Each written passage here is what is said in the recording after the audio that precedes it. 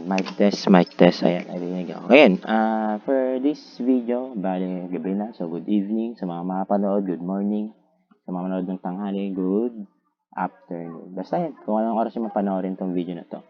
Ayan. Ngayon, in this video, so I'll be discussing it with you yung mga hindi ko na-discuss last time because due to the time constraint, particularly nagkaroon tayo ng half day.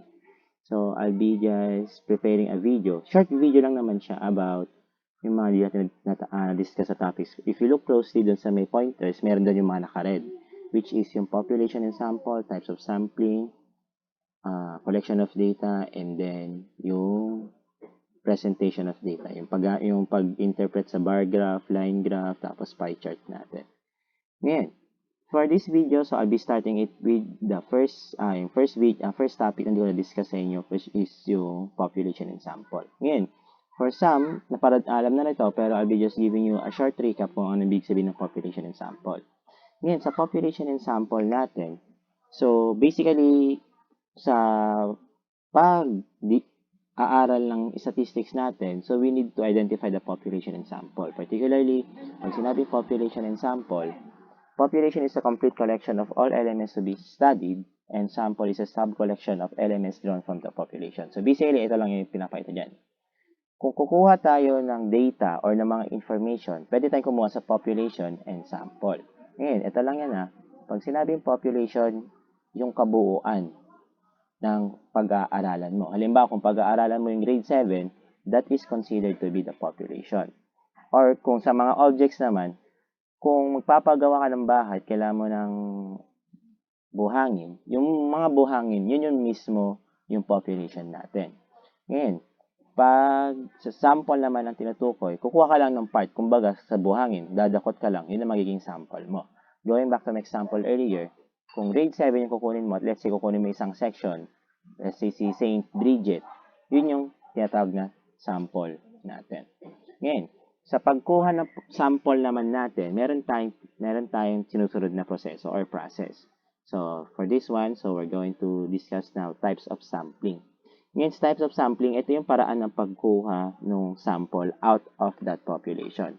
Typically, kapag sa statistics natin, sample lang yung kinukuha natin. Kasi kung greater than 100 yung population, masyadong malaki. It will take you a lot of time. Whereas if we try to get a sample, siya yung magre-represent sa buong population natin. Ulitin ko lang, population yung kabuuan ng mga tao, and then sample is just part of that population natin. Isipin nyo na lang ganito. Pag sinabing population natin, halimbawa, isipin nyo yung burger. Ayan. Yung burger ay considered to be the population because buo nga siya, di ba? Ngayon, pag kinagatan mo yung burger natin, yun yung kinagat mo na part ng burger natin, yun yung sample na tinatawag natin. So, I hope malinaw sa atin yung population and sample. Ngayon, sa pagkuha ng sample, we have types of sampling. Ito yung usual na ginagawa sa pagkuha ng sample natin.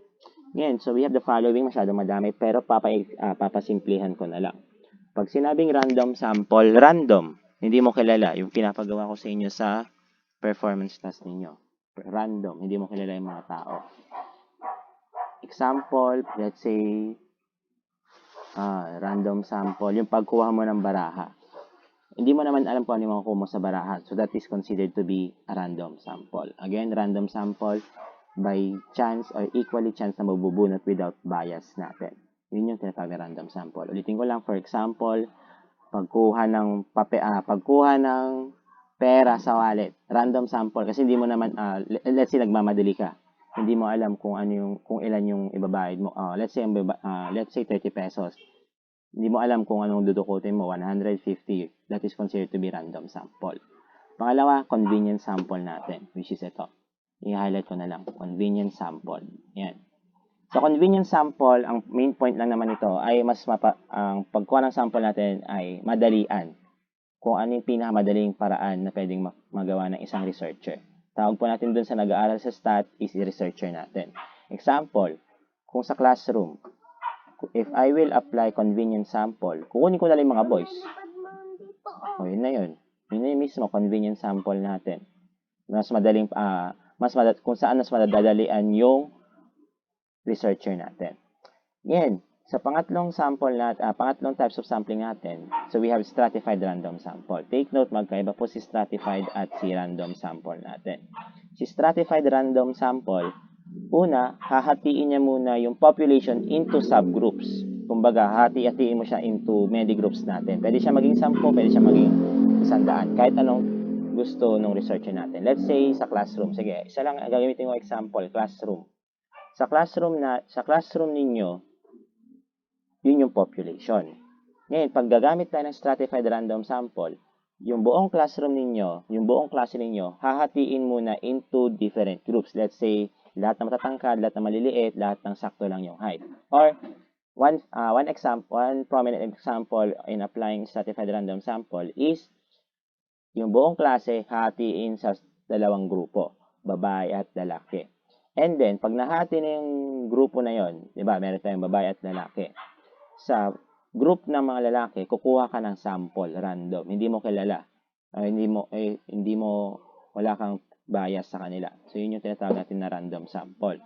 Ngayon, sa stratified random, ulitin ko lang, hahatiin mo muna yung grupo, tapos kukuha ka ng random na tao. Ganun yung sa stratified random. Ngayon, moving on to cluster sample naman natin. Sa cluster sample, kung kanina sa stratified, ginugrupo natin siya, and then kukuha tayo ng random.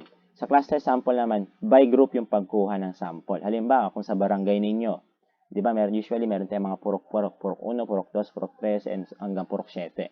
Let's say ako yung researcher, or ikaw yung researcher.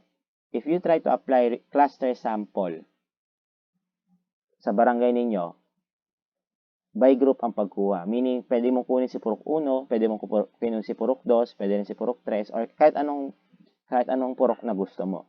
As long as you take that sample as a group. Hindi siya isa-isa, pangatlo, tatlo, paapat-apat, kundi grupo siya. So, yun tinatawag natin na cluster sample.